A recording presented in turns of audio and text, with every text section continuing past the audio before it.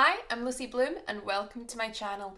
Today is a far more cash video because I've got an announcement.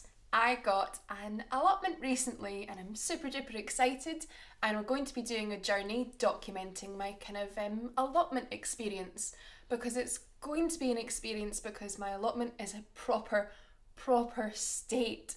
I really hope you enjoy this video, and if you do, remember to like and subscribe, all that good stuff, and yeah, let's get into it.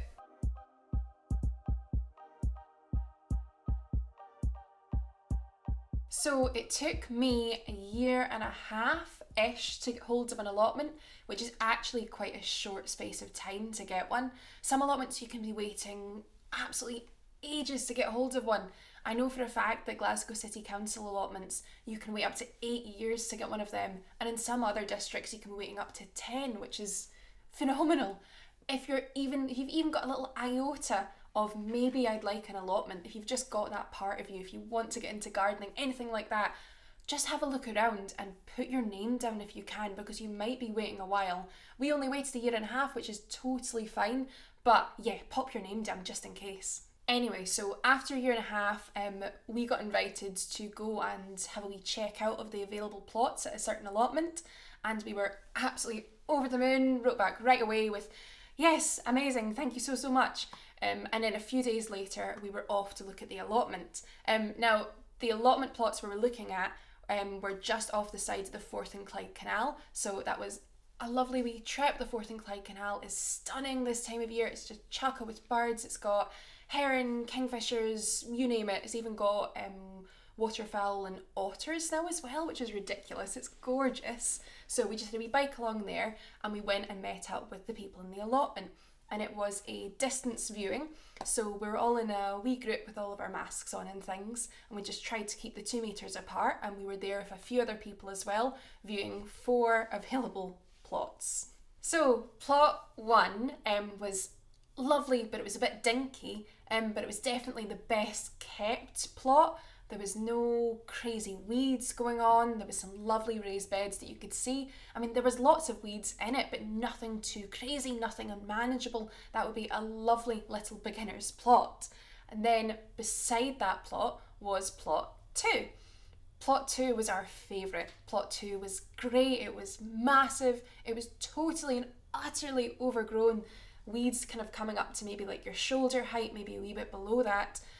But they looked like completely manageable weeds. There was just a wee bit of brambles, some nettles, stuff like that, and just long grass. So something you could totally trim and stamp out and then pop some kind of tarp over it to kind of suffocate them a wee bit. That plot was number 1 on our list. Then we get to plots 3 and 4. So plots 3 and 4 are kind of smushed together. There's not really a solid border between them. They look like one big plot, but because they're so big, they've got this kind of divide, but it's hard to see. Anyway, so approaching plots 3 and 4, there's massive weeds, like not head height, that's an exaggeration, but really tall weeds, tall grass, nettles, brambles, some other kind of rubbish stuff.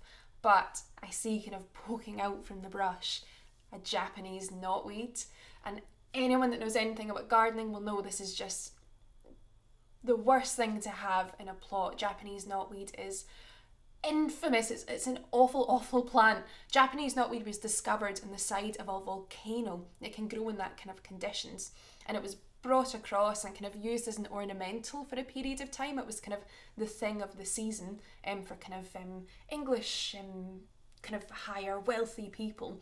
Then they realised they can't get rid of it. It's just completely unkillable. It's an unkillable plant. You can use all sorts of harsh chemicals in it to try and get rid of it, but eventually it will even poke through concrete. It's just an absolute stickler.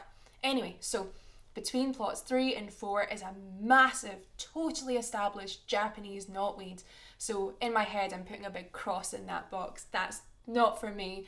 I'm a good gardener, but maybe not good enough to deal with anything like that. But other than that, both of them are lovely plots. They're near the back of the allotment, so it's kind of near a wooded area. They're just lovely things, and there's not an awful lot of people back there anyway. So then we've seen all the plots, they're all really good, and we decide to go home.